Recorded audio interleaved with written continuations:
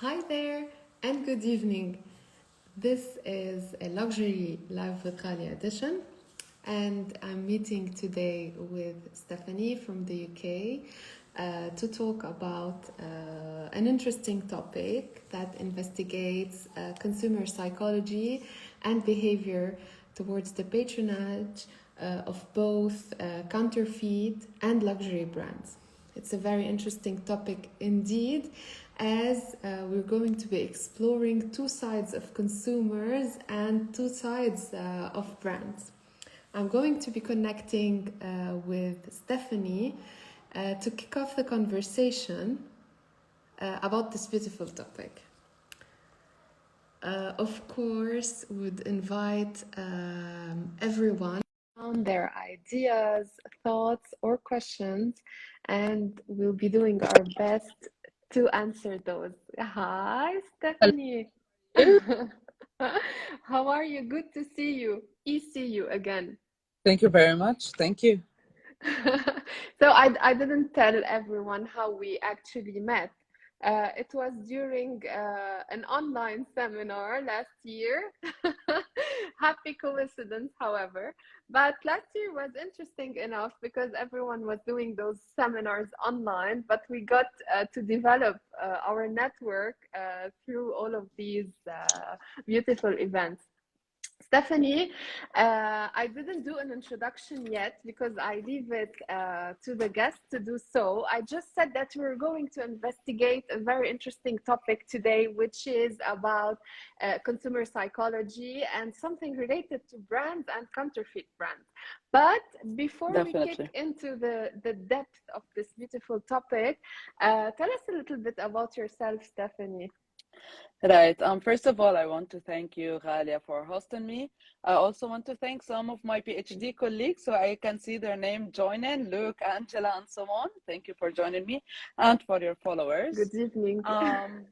Thank you, Nada, and people from Beirut as well. Wow. So, as you all know, my name is Stephanie, and what's funny is that my background really differs from what I'm doing now. I have 2 degrees in auditing and accounting. Then I did an MBA. I worked I jumped from KPMG to the Ministry of Finance, and I've always had a passion in fashion. So during my master's, I worked as a research assistant for Dr. Mona Murad, who's a fashion marketeer. And that's when I discovered my passion for that subject. And that's when I published my first paper, and that's when I fell in love with academia. And I did at that time put in my mind that I need to pursue a career in research and in academia. So that's how my journey started. Wow, and that's a great shift because, yeah, looking at the background Yes. and suddenly saying that going through academia is no beautiful journey, we all know that, but it is very interesting indeed. Definitely. So, It's not an easy one, but yeah. I mean, we have to give some credit to our colleagues. Definitely, of course. And this the subject of fashion, Stephanie, is very general. As we know, there are many diverse topics that one could study in the fashion industry. So tell us a little bit about your area of study. Right. So my area of study is simply about the brand protection against counterfeited luxury brands. And I'm looking into consumers' psychological and behavioral reactions towards the patronage of both luxury and counterfeits. And I'm investigating some strategies. Okay, but if we want to demystify the term of luxury and counterfeit, let's try to define those two universes that are pretty much contradictory and adversary, if we might say. Yes. So just to say that there are lots of definitions to what a luxury brand is and what a counterfeited brand is. However, the most common definition that I will use from COEAL 2019, that's a paper, about a luxury brand is that luxury brand is about a very high quality. It's about functionality. right? It's about how a logo is presented. It's about the message behind what the brand is trying to pursue. It's even about the individual's connection to a brand and how they will be viewed in the society. So that's what a luxury brand is about. And of course, a luxury brand can have products, tangible or intangible, such as services and so on. Mm-hmm. So there is, of course, the quality behind the luxury brand, which is Definitely. undeniable. However, there is this emotional connection As that well. consumers have towards that brand, right? And Yes. towards, I believe, owning these types of products. So Hmm. why counterfeits come into that equation? Why are they always annoying like luxury Right. brands? Yeah. So just to define what counterfeits is, again, there are lots of definitions that some people argue with or against, but in simple terms, a counterfeited luxury brand is a fake brand. And by fake, I mean is that it has been replicated or copied. So, for example, I'm wearing this t-shirt. Another company comes and does the exact same t-shirt without any, let's say, legal authority. And it's like they are stealing this. And that's when it comes um, to a term of being manufactured illegally and a fake. So that's what we mean by counterfeits, fake brands, not original copycats. And naturally, the Yeah. quality of these types of brands wouldn't be equal to that of the To be original brand. honest, no, that's not true. Surprisingly, when people say counterfeits or fake brands and products, they think of a very low quality. Yes, the counterfeit topic is very, very big. Best. Hmm. Right, just to mention that sometimes medicine can be fake counterfeited, sometimes t-shirts and so on, and electronics. It's not only about fashion. But since that our topic, it started from a low quality, but surprisingly, the quality of a counterfeit can match an original luxury brand nowadays with the technology and so on, and the source as well. Okay, that's interesting. So we're going to be talking about that Yes. into detail. So, if we're talking about counterfeited products and that of an original product, and we're saying that a counterfeit product could be of equal quality Yes, of surprisingly. the luxury brand, Mhm. what are other attributes actually that give a luxury brand its value? Definitely the craftsmanship, the heritage as well. So if it's not the quality, it's the craftsmanship, how it's done, and the heritage behind it, the storytelling behind it, the prestige behind it, and the symbol as well behind it. So to reply to that question in another way, people who are buying fake brands are actually aiming for the symbol and the image behind the luxury brand. So if the luxury brand did not exist, of course, counterfeits will not exist. And counterfeits Okay. are like the copycats or copy version. Interesting enough. Okay, so here we're looking at the value behind those brands and actually the power that could be transmitted over to consumers through the acquisition or the use or the purchase of these luxury brands. So why do consumers display a particular appetite or appetence to purchasing those counterfeit products? Right. So there are many answers to that question. And in 2022, I am actually trying to research that. But the very simple one is that because of its very low price, and the price does not match that of a luxury brand, even though, let's say, there's a copy A, right? A copy A, which is the highest quality of a counterfeit copy, the price would be, let's say, from a £10 or $10 up to $900 instead of $9,000, right? But however, the main reason is for its low price. And the second reason is that it represents the luxury brand. And just to let you know, there are three types of counterfeits or fakes. The first one is a non-deceptive. All right. The second one is deceptive. The third one is a blur. What do I mean by those three? By So that, yeah. Yes, you would know that this is a counterfeited brand. That's a fake t-shirt, right? Sometimes I wouldn't know that's a fake, let's say Louis Vuitton bag, because Louis Vuitton is really Counterfeited, yeah. replicated a lot, imitated. And Yes. sometimes I'm actually unsure, because surprisingly you can find some counterfeits inside a shopping mall that is well known, and you would actually trust a shopping mall. Sometimes you'd Yeah. find fake medicine, you know what I mean? So, yeah, And it's very intriguing because today we're seeing that there's actually a desire to own these types of brands. Now, we know a lot about consumer psychology, and maybe mhm, purchasing some kinds of items would help us belong to a certain group or maybe elevate our social definitely. status.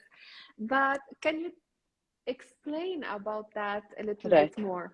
So surprisingly, again, in one of the research that I was reading, um, some type of consumers buy those fake brands because of the hype and because they are so cool that they don't even care if it's ethical or not. And some people show up there, they are buying a fake brand, even though this is sometimes taboo for some consumers. For example, consumers in the Middle East would never tell you, yes, I buy fake brands, you know what I mean? But however, consumers in some developing country will say, I do not care. Yes, I'm buying it because you feel like you are from that secret society, or you're doing something secret, or you're trying to outsmart the luxury brand itself.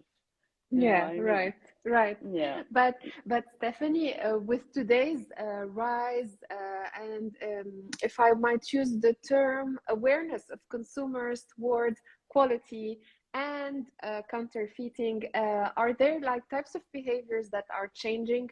Are consumers today against these types of practices, and are they maybe promoting through their behavior purchasing from creators or designers who are working on very good quality and unique pieces rather than going and following luxury brands and their that's it. counterfeits?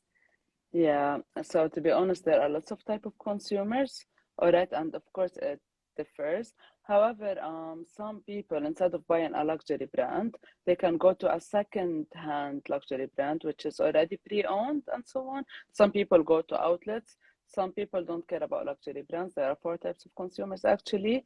If you refer to a paper, but we'll talk about this later on. And lastly, they go to counterfeits. So, did I answer your question? Yes. Partially, we're going to be talking actually about this wave of fashion rental and Yes. accessing second-hand fashion. Okay. Earlier, you've mentioned an important thing related to your research, and which pretty much examines the law side of luxury and counterfeiting, right? Mm. And today we have seen a rise of sustainable and circular fashion and this movement Right. towards rental, etc. And luxury brands, surprisingly at first, went all in because I believe they thought that with that they would close the circle and own their products in second hand and rent them in, right? um, how is this today helping in, I don't know if it's helping in decreasing a little bit the effect towards counterfeiting or Right. consumers' appetence to buying counterfeits? Right. So again, according to research and the statistics that we now have, these are not helping at all because consumers of counterfeits are behind Remain. counterfeits and the luxury brand, no matter what strategy the luxury Mm. brand is doing, or the government is even enforcing. Because, you know, this is just to clarify, this is an illegal act. And of course, here we are not judging personally what's right or wrong. Okay, so someone can buy a luxury brand or can buy its counterfeited version, and this has nothing to do with us or what we And think when we about it. say it's But illegal, Steph, yes, is there it is a illegal punishment behind it if caught. for the consumer? In some countries, definitely, for example, in China, in some areas in China, yes, the consumer will pay some penalty. I think in France as well. I'm not sure. They implemented this in 2016, where you have to pay up to €1,000 if you're caught carrying, let's say, a fake brand. Okay, So in interesting. some no, I mean, in I some really. countries there are penalties to the consumer, Okay. not just the supplier as well. Thank you, Okay. Jess from USA. She's saying in Japan too. Ah, interesting. Wow. Okay.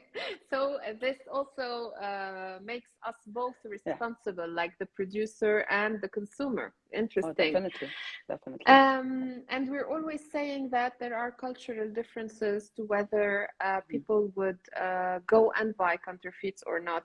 With the research that you're doing right now, are you concentrating on the UK market, or are you trying to examine or observe this across different markets?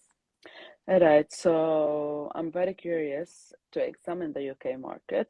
However, I am studying all of the markets first before starting my data collection, which I haven't reached yet. Why the UK market? Because in 1990, the UK market had the most counterfeits, right? Second, it's a developed country, which means they care about enforcing laws, specifically when it comes to such illegal stuff. Third, the intellectual something legal officer, excuse me, I haven't memorized the terms yet, actually comes up with a law every single years, and they publish reports from time to time about how strict they are with dealing to counterfeits, but still people do buy counterfeited luxury brands in the developed countries where many consumers claim to be sustainable and against unethical purchase. So that's why I'm very interested personally to check the UK market. Okay, so there is a little bit of schizophrenic behavior between Yes, what people there is. claim and what people A little actually bit of do. a hypocrisy. Yes. Yeah, Yeah. interesting. And I believe that in developed countries, people are pretty much active, maybe socially, and have a lot of disposable income. And maybe they want to flaunt their wardrobe by disposing as much items as they can. Hmm. What are luxury brands doing today to counter these actions?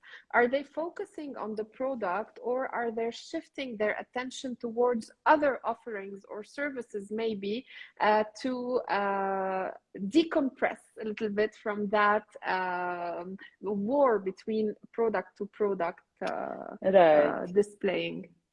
Yeah. So again, the counterfeiting phenomena has started since the 90s, 80s, and back to 1500 AD. So the manufacturers, which are the luxury brands, have been trying to fight this battle that is actually failing. You know what I mean? So at first, they went to the legal side. They went to the government, tried to work with some lawyers. Louis Vuitton alone has more than 60 lawyers involved in courts as well and other cases, fighting against many counterfeited suppliers, not consumers. And to be honest, look now in the market, can you still find counterfeits? Yes. And counterfeit will not exist without a demand for it. All right. Mm-hmm. So that's one side, the law. Second, they tried to decrease a little bit of their prices, but again, they failed because they started losing their luxury consumers, the original ones. So they are trying other strategies as well, but it's mostly a low strategy.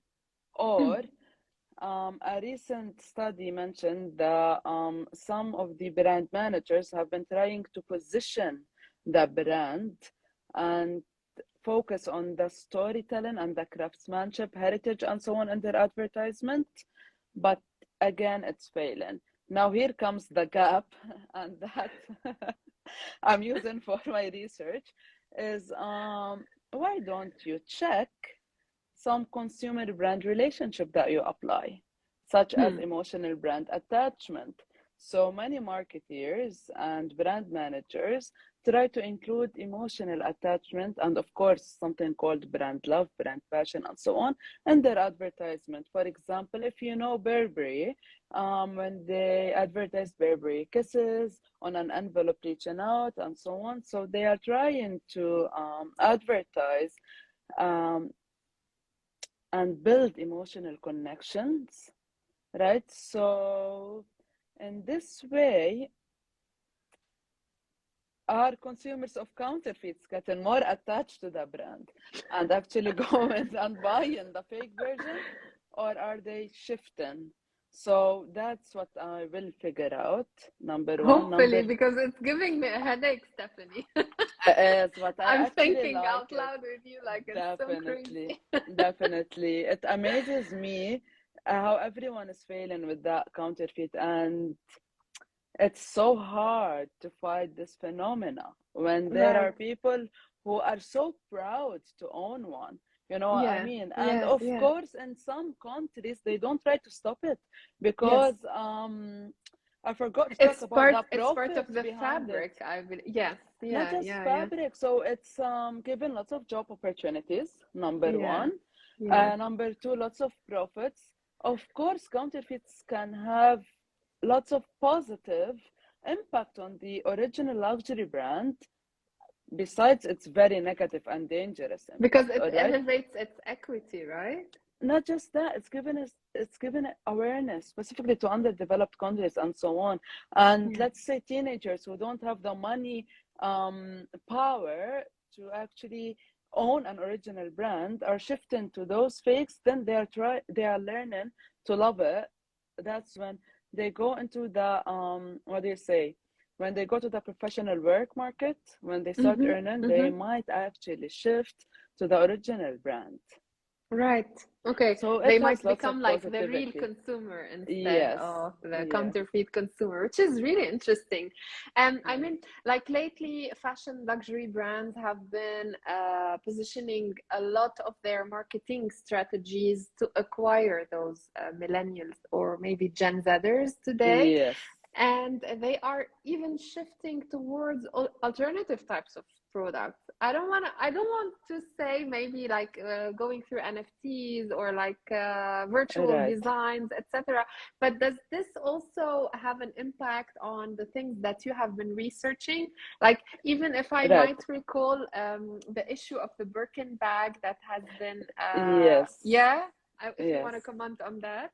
Wasn't that about Balmain? I forgot I actually. think it was Or the Hermes. Hermes Hermes Birkin. one. Yeah, Yes. yeah, Can you imagine the in the era of NFTs where it's very unique and cannot be stolen, someone actually created an NFT, all right, or let's say an intangible image where you can actually pay and own it like a stock, guys, and actually made an image of a fake, not real, Hermes bag, a mini Hermes bag. So people are even using counterfeits or fake or copying, not just tangible products. Tangible products mean products that you can touch. yeah. Intangible products can be like images.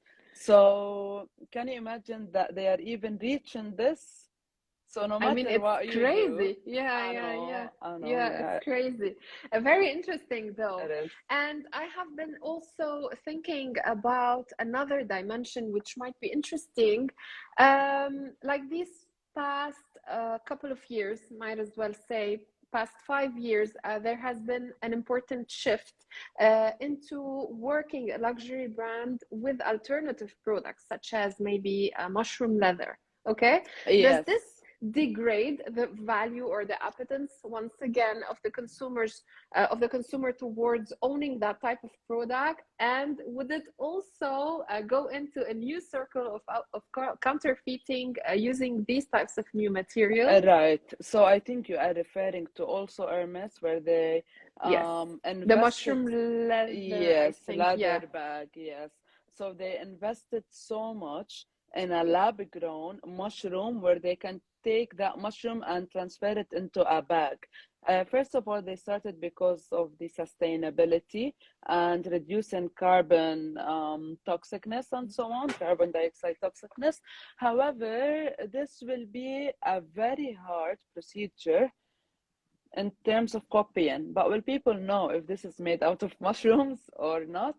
That's what I mean. Sometimes it can be deceptive counterfeits where you will Yeah. not know the difference and it may not make any difference. Like, for example, Louis Vuitton actually stopped imprinting LV, all right, inside their bag as a trademark logo and a date. They stopped and said they are using some microchips, all right, to fight Okay. counterfeits. That's the latest thing that they started doing since December. I'm not sure if they have actually went out to the market, but that's what they are working on. But do you know who are supplying those counterfeits? Who? I'm curious. Exactly. One, so first of all, who are supplying some luxury brands? Do you know that they are sometimes they send the materials to be, let's say, sewed, built, and manufactured in underdeveloped countries, Right. right? And the unsold ones have been used, sadly, as a counterfeit. So in the fashion, we have the seven, so we have a rule. It will not be called a counterfeit and so on if you have seven tiny differences in an item. And the difference can be, let's say, a brighter color. It can be Yes. how you are sewing it. It can Or a be stitch. Right. removing the logo, of course. Right. But of course, if it's a very clear monogram, let's say like a Burberry, you know what I mean, or GGFF and so on. If that's very clear, then no, of course, that rule will not Apply. apply to it. But that's what they are doing. So actually, that's why the quality of a counterfeit is matching the quality of a luxury brand because they are using Yeah. actually the same material Yeah. and they are creating it and manufacturing it illegally. So that's Wow. one of the manufacturers of counterfeits. And Right. come tell me, where's the government? And the luxury brand knows that. Of course, once they know and they catch them, they fire them, and there's even jail imprisonment out of it. It's a serious issue. However, they are generating so much profit that they are paying lots of taxes. And sadly, we live in a corrupted world, so they are, let's say, bribing themselves out of it. Yes. Yes. So, again, that's one of the consequences and negativity, one of them. Yeah, yeah. Yeah, Very interesting. And thank actually, when you. you have raised the issue of the positive effects of counterfeiting, that is Yes, something that most of us do not think of because we yes, directly associate the it's counterfeiting with the negative. dark side, right? Uh-huh. But it's really interesting to think about what you have earlier mentioned, like the Yeah. jobs that are created, factories, people Oh, employed definitely. and the workforce. Like that's very Hmm. interesting. And are there other positive Oh, effects that yes, there you are. want to add? Sometimes it's very flattering for a luxury brand to be copied. They're like, Yeah. of course, because we're the best. Look, they are doing lots of copies and we don't care. You know what I mean? Because Yeah. in the end, the original luxury brand's consumer will stay loyal and Mm. they will not shift into counterfeits. So the luxury brand already have its own consumers, and Mm. some of the big names do not care about counterfeits, while Yes. others care because it also the other dangers of it is that they are funding terrorism under it. You know what I mean? And lots of other stuff, social security issues, and so on. Huge financial losses, where counterfeits have been making more than $1 trillion a year.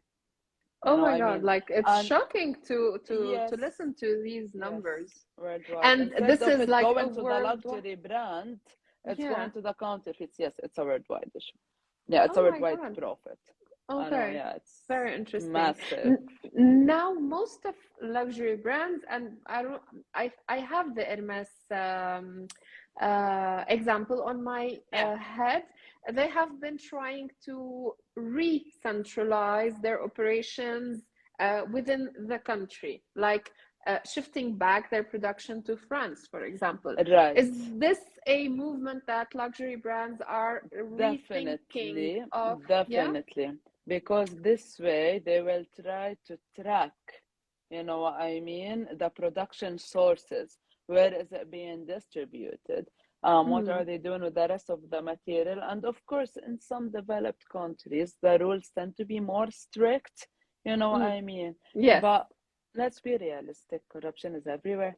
And also with the technology now, that's actually booming, even though they are manufacturing it in France, but the supplier of counterfeits or fake brands will actually literally buy an original luxury brand, let's say Hermes, and they look, study it, and copy it. So they would actually buy one bag and do Yeah. thousands out of it. Yeah. You know what I mean? Yes. Yes. So no matter what's going on or what they are trying to do, it's a losing battle. Yeah. Steph, I like. I I don't no know. no no. That's I according to want to a ask paper about published something. in 2018. It's a But losing I'm battle so intrigued. far. I'm intrigued to the extent to which you have to choose your words when publishing a research Yes. on such like Oh, delicate definitely. matters, right? Oh, It's like definitely. choosing your words, and you're Yes. talking about all of this, and I'm thinking like the pressure Yeah. you you must It's have when you're doing that. because Dr. Ghalia, it's a very sensitive topic, number one. Number two, always love people to think out of the box. So when I say it has a positive impact, it does not mean it doesn't have a negative or a Yeah, neutral. You know what I mean? yeah, And of yeah, course, yeah, yeah, it's a worldwide issue and it applies to consumers. Yes, everyone is different, different cultures, but in the end, humans are humans. You know what I mean? So it applies to the globe. yeah, yeah, yeah. Interesting. Now we have talked about the luxury brand counterfeiting, the laws of reinforcing like the working processes to restrict counterfeiting, etc., and Hmm. about the consumer. Will luxury be a relevant consumption product in the coming, I don't know, 5, 10 years? Definitely. So there are two types of purchase. You know, the hedonistic purchase, which is when we purchase for pleasure, for the And luxury, for the upon prestige. sentiment, yeah, Exactly. And there's, of course, the functional purchase. utilitarian, So yeah. exactly, utilitarian. I myself am a hedonist. I love pleasure in life. I love luxury. I love going out. So as long as it's a human characteristic, the purchase of luxury will continue. Okay, And that, in this is five, this is 10, 20. reassuring. This Yes, is reassuring, I can because reassure you. It will never die no matter what. good. I think that we have like, I know that sometimes in research we do not disclose lots of information before the research is actually done and data Yes, collected and analyzed. I know that you're still working on an early stage of your research. uh-huh, However, I thought it was important to share this with you definitely. at this stage. Are there other topics or themes like related to our discussion that you want to add on? Yes, I will add this on. But listen, guys, I know who's joining if you steal my idea. No, I'm joking. So, right, there's something called the self concept. And this concept, it's very old. It started in 1982, according to a very powerful researcher called Sergi, the father of all. So every human being have four self concepts, all right? Four dimensions. The first one is your actual self. Of course, not limited to these, but these are the main ones. Okay. I just want to say hello, Khalto. Hello, my aunt. Thank you very much for your Thank you time for joining me. joining in. Thank you, Ali, and everyone. Thank you, Abby. Right. And So Dr. the first, Nidi is joining us from Bahrain. We're waving and at her Dr. as Hiba from York. well, Yes, thank you, like, everyone. thank you. So the first dimension of the self concept is called the actual self. The actual self is how a person view themselves, how they really are. The second one is the social self, how a person thinks others view them, right? The third one is called the ideal self, how I would like to be seen by others, or how I would like to be, sorry, how I would like to be. And the social ideal self is how I would like others to perceive me as.